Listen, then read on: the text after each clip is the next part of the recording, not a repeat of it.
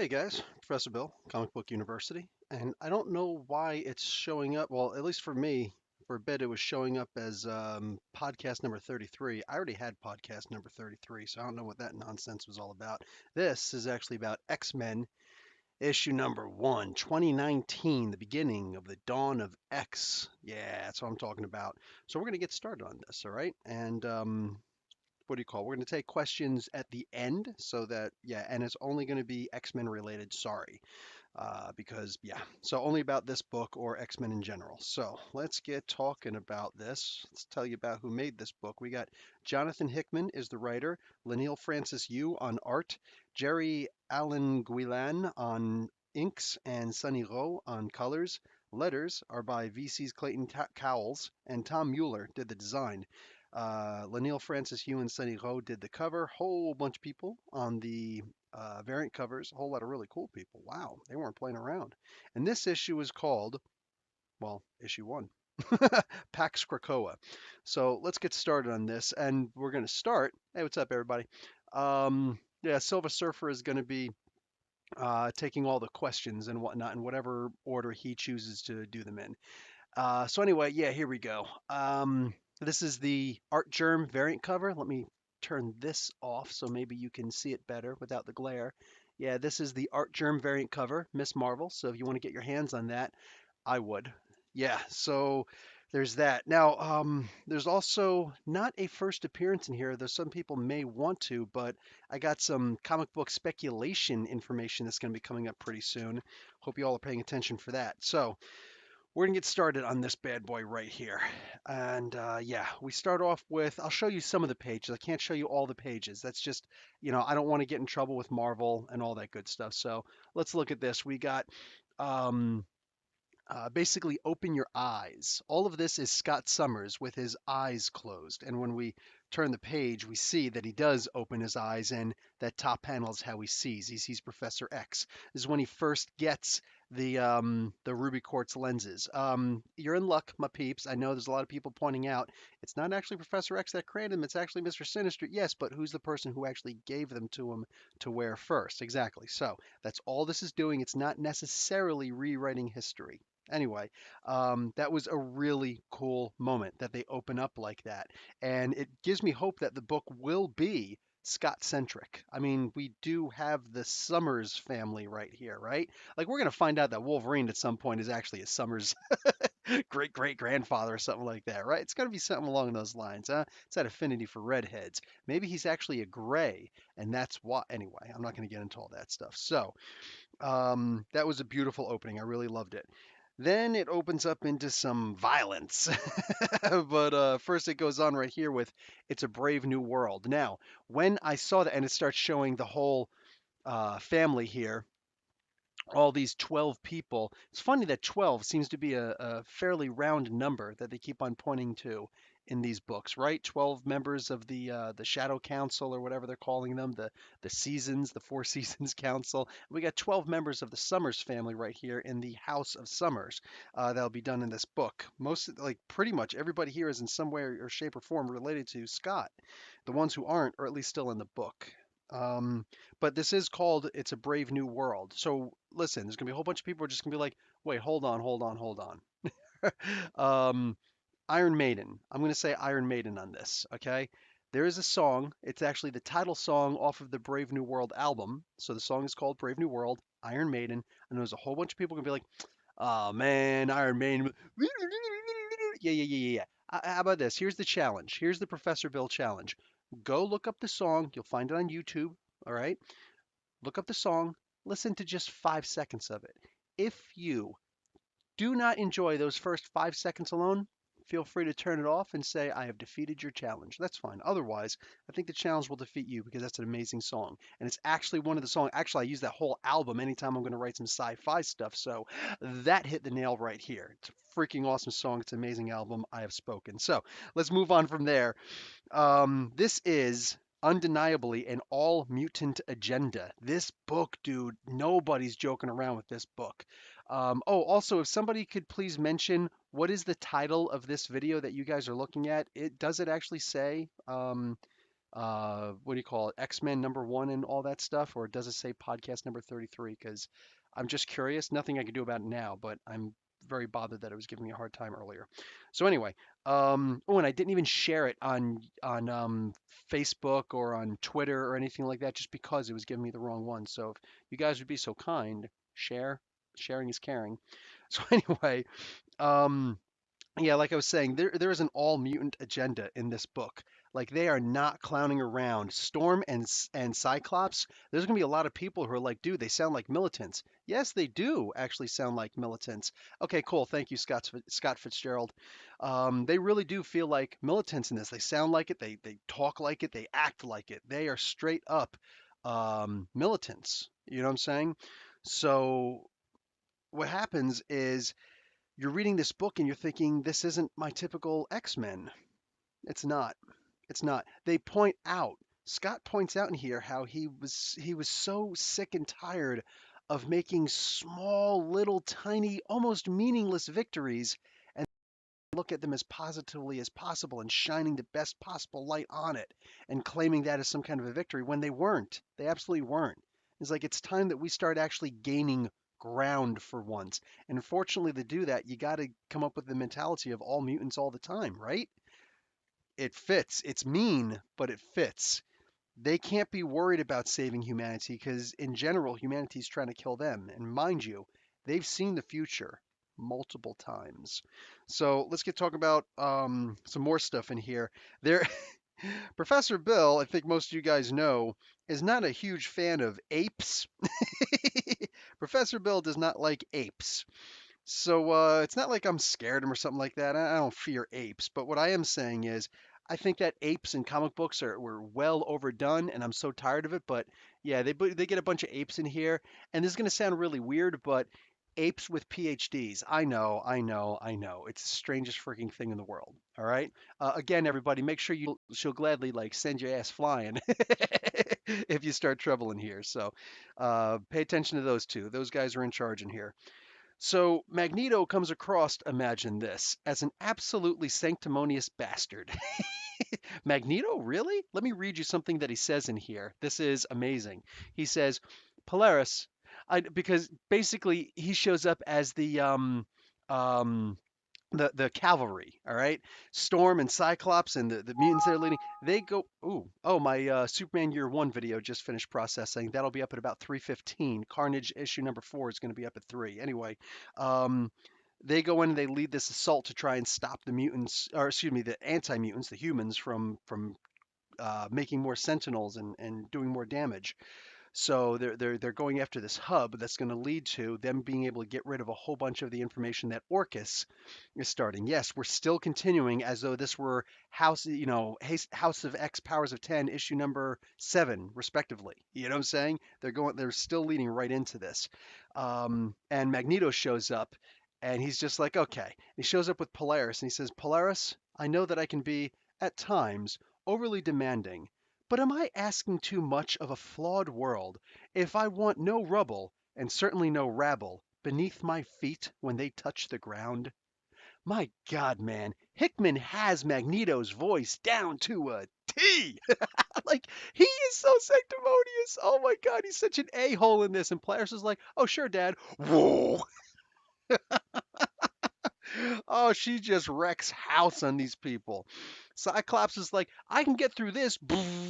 And Magneto's like, yes, but that wall over there, that's made of vibranium. That's what I'm here for. It's like, dude, how did these cats afford? And I really hope that Hickman's paying attention to this. How did these guys afford enough vibranium to make a wall out of? Oh, wait, let's take this a step further.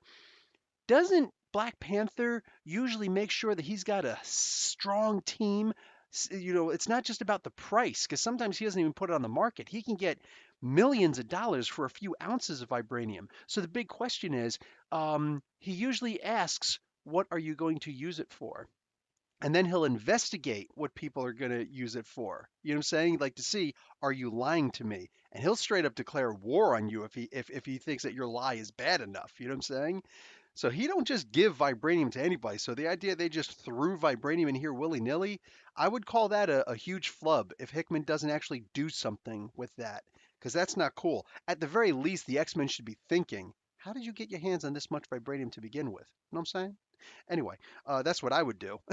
So, I dropped my notes down here. Let me pick these up.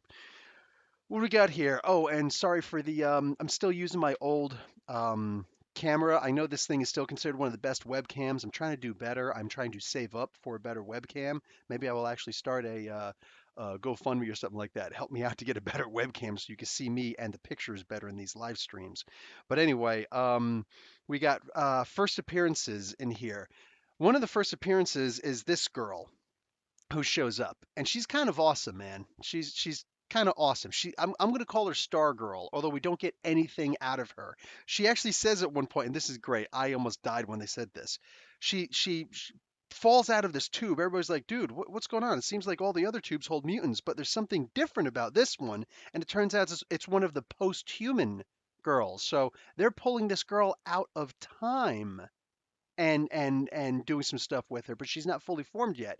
So she just looks at Storm and she says, "You don't see me." But it doesn't work.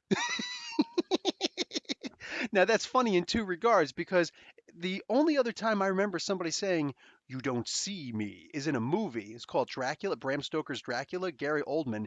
He's basically banging this one chick, and then like the love of his life, Julie Armand, I think it is, shows up, and she's all like, "Oh," and he's like, "No, you don't see me." And then he just like mentally goes invisible, and then he runs out and he's in like this half wolf form, and he's out there like with blue balls, and he's like,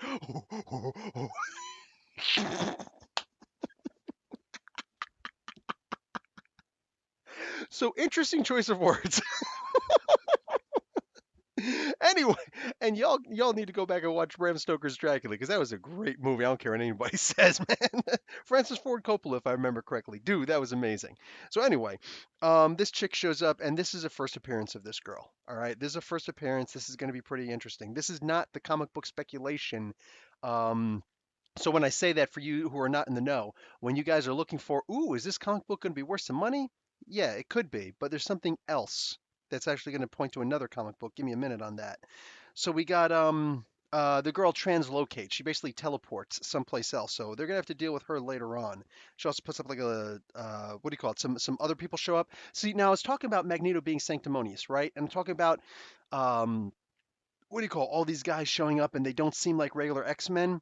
But see, the humans, they also come off as very sanctimonious because they're like these mutants. They keep on showing up at the most inopportune times. We're just trying to save our race. What's the problem? And you start to feel bad for them a moment until you suddenly realize that no, they've got all these mutants, kids, locked up in cages and they're doing experiments on them, dude.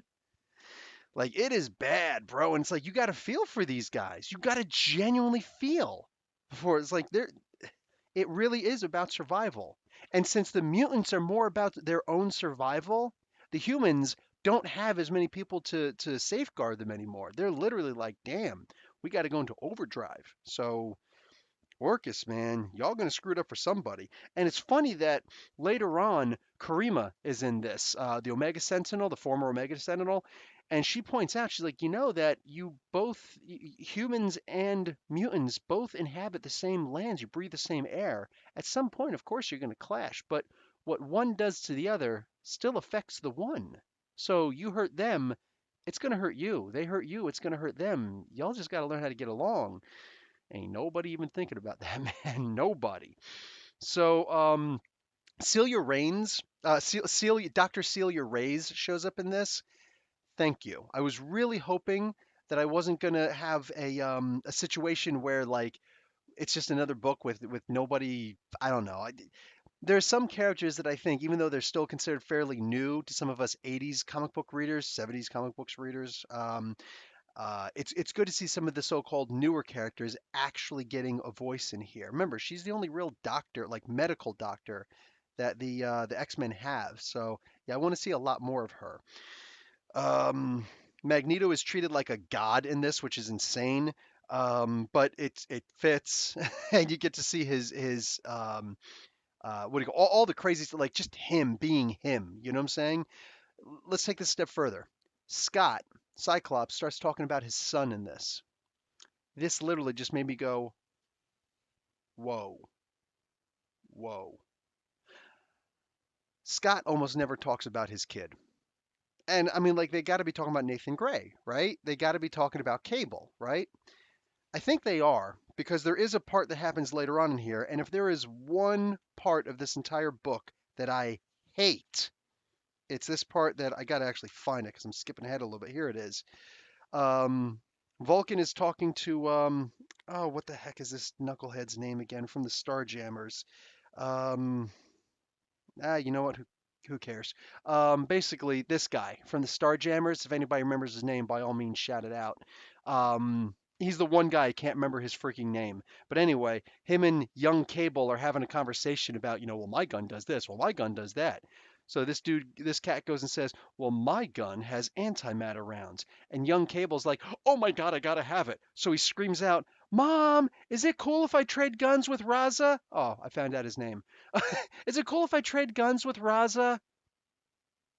I'm sorry, here's this dude, like, I'm sorry, y'all remember, right? Like in Rosenberg's run, back when Rosenberg and Thompson and Brisson were writing it, didn't they have it that, thank you, Wilfredo, you awesome.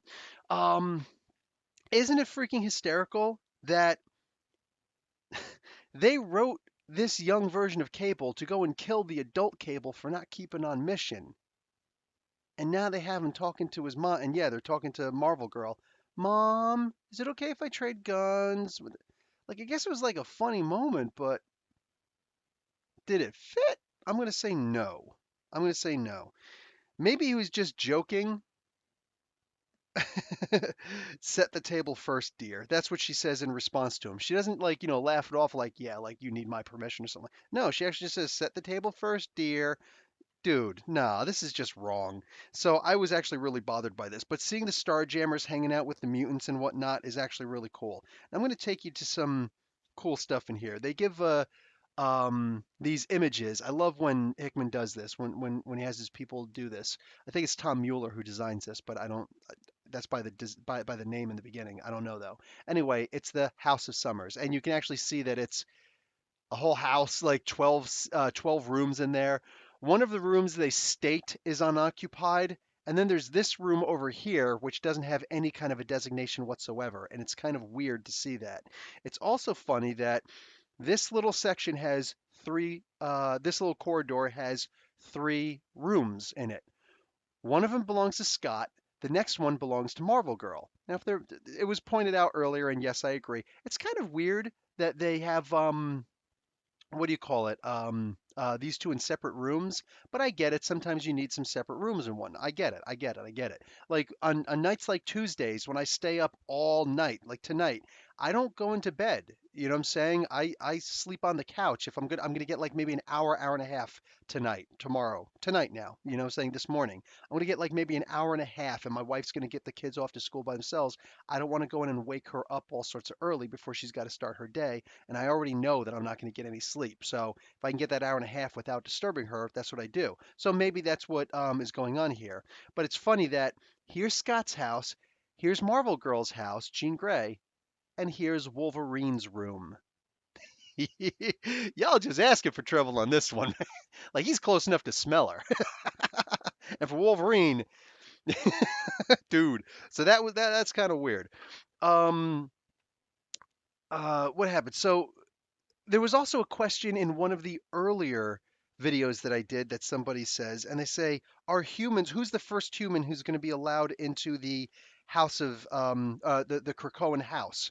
Well, they already answer it. First off, Havoc is alive. Havoc is alive and well. It's been established. They show him all that good stuff. Havoc is alive again.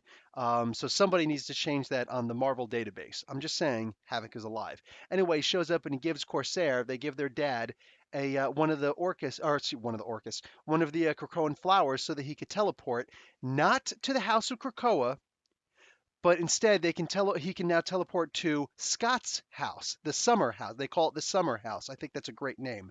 Not the Summers house, the summer house. The summer house, mind you, is located on the moon. It's got a great view of the Earth. So I think that's absolutely hysterical. Now, of course, his house has direct access to Krakoa.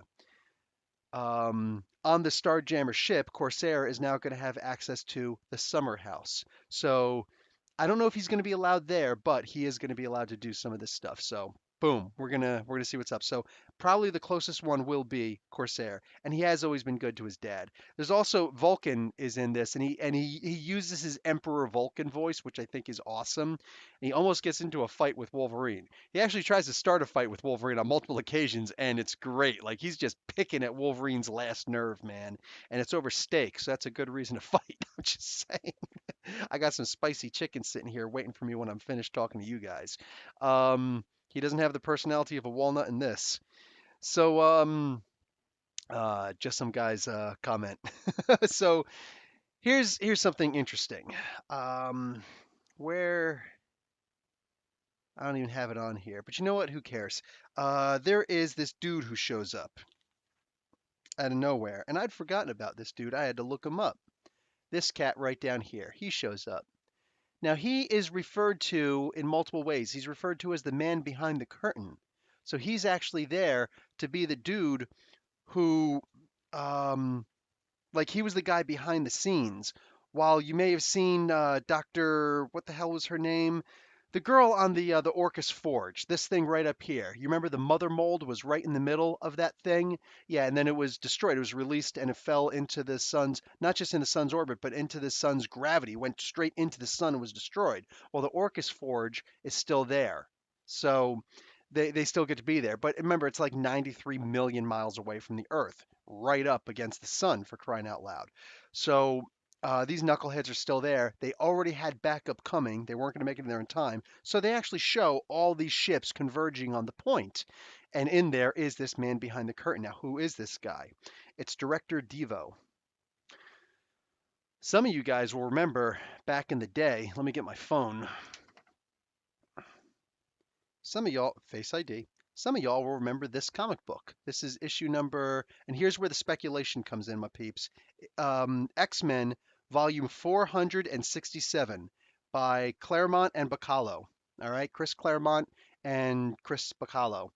This issue right here. Look it up. I just told you the name. Once again, it is issue number 467. Go to your local comic book store. Feel free to go on eBay. I don't speculate on comics like that. I don't buy comics out of speculation. I don't actually own that comic book.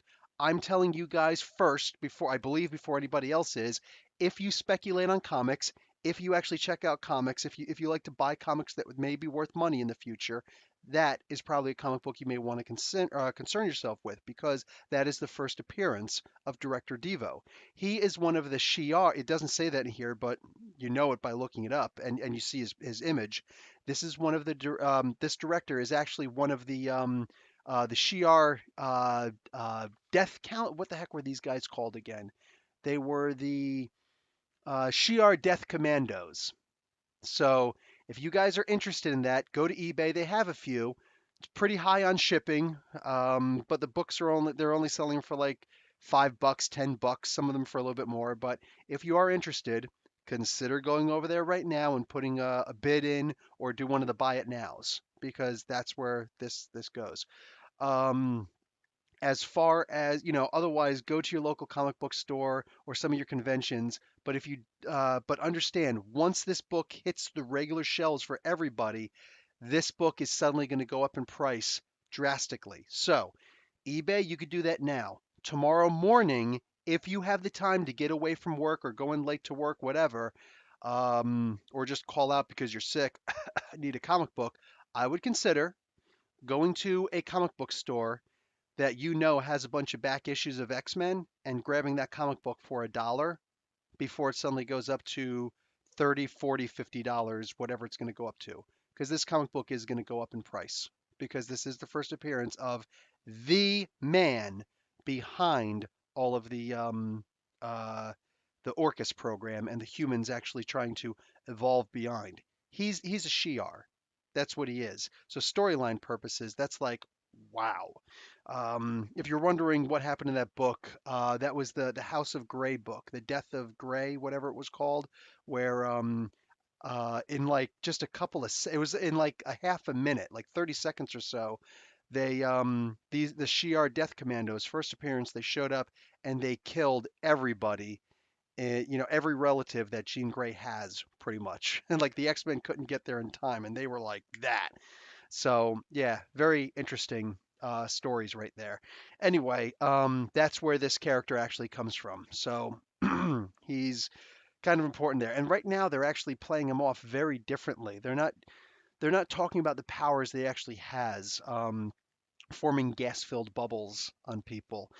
They're doing it a little bit differently. They're doing it in the sense that he can see in every single spectrum of light imaginable. So you guys remember the second season of Thundercats? The guy who piloted that one ship that went off to I forget what it was called. I guess it's like not Mumra's castle, but like there was the secret place you had to. The only way you can get there was by going through all this other stuff.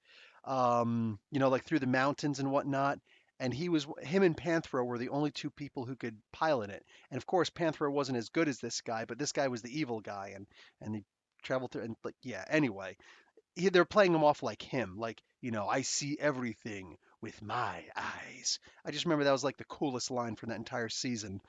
So anyway, that's pretty much the gist of this entire comic book. Good speculator points on here. You guys get to hear genuinely. You guys get to hear it first. And yeah, I'm gonna have more reviews up at 3. Oh, let me go and check out see what Rich has to say. You put some. No, you did not. Okay, Rich has nothing to say. So apparently you guys have no questions for me. Is that what happened? There were no questions in here. I saw a super chat earlier, and let me show my appreciation for it. James C. Thank you very much for the $2. Genuinely, I appreciate it. I'll get my hat out if you got, if that'll help. Y'all can feel free to tip, but it is what it is. Yeah, thank you, Silva. Anyway, so yeah, as far I guess no questions then. So I did the best I could. So make sure you go out and get your art germ variant because these things are flying off the shelves. It's like that. Just in my comic book store alone, people are just like, "Holy crap, give me that!" Or I'm pre-ordering the variant cover, and even with them pre-ordering the variant cover, the art germ variant cover, I think there were still only like 6 on the shelves, and that was today. That's before they were actually allowed to sell them at my comic book store. So think about that. Consider pre-ordering. You can go into your comic book store and you can pre-order comic books and whatever cover that you want, just look them up in advance. You know what I'm saying? Anyway, yeah, so that's it. And make sure that if you are a speculator, consider actually going in for the regular old stuff. The cover is actually the same price. Cover price is the exact same price, 4.99. Rich, Silver Surfer. So same price as the regular main cover. The Art Germ variant cover is the exact same thing. It's not one of the retailer incentive covers or anything like that. So regular cover price for the variant cover. Anyway, that's it. So yeah, I enjoyed the hell out of this. And the next comic book review I have coming up is at 3 a.m. Absolute Carnage issue number 4 of 5. And then I've got Superman Year One, issue number 3 of 3. And then I've got a whole bunch of other comic books. I don't know if I'm going to get to a whole bunch of other stuff. I'm going to try and do all of the Absolute Carnage books tonight. I'm going to see if that happens. Maybe, maybe not. Anyway, guys, I'm done. Enjoy. Professor Bill, Comic Book University. Class dismissed. Oh, there's also a big thank you to you guys in the Superman Year One review that I do. Just as I'm cursing in it, mind you. I'm cursing out John Romita Jr. All right, Professor Bill, Comic Book University. Now class dismissed.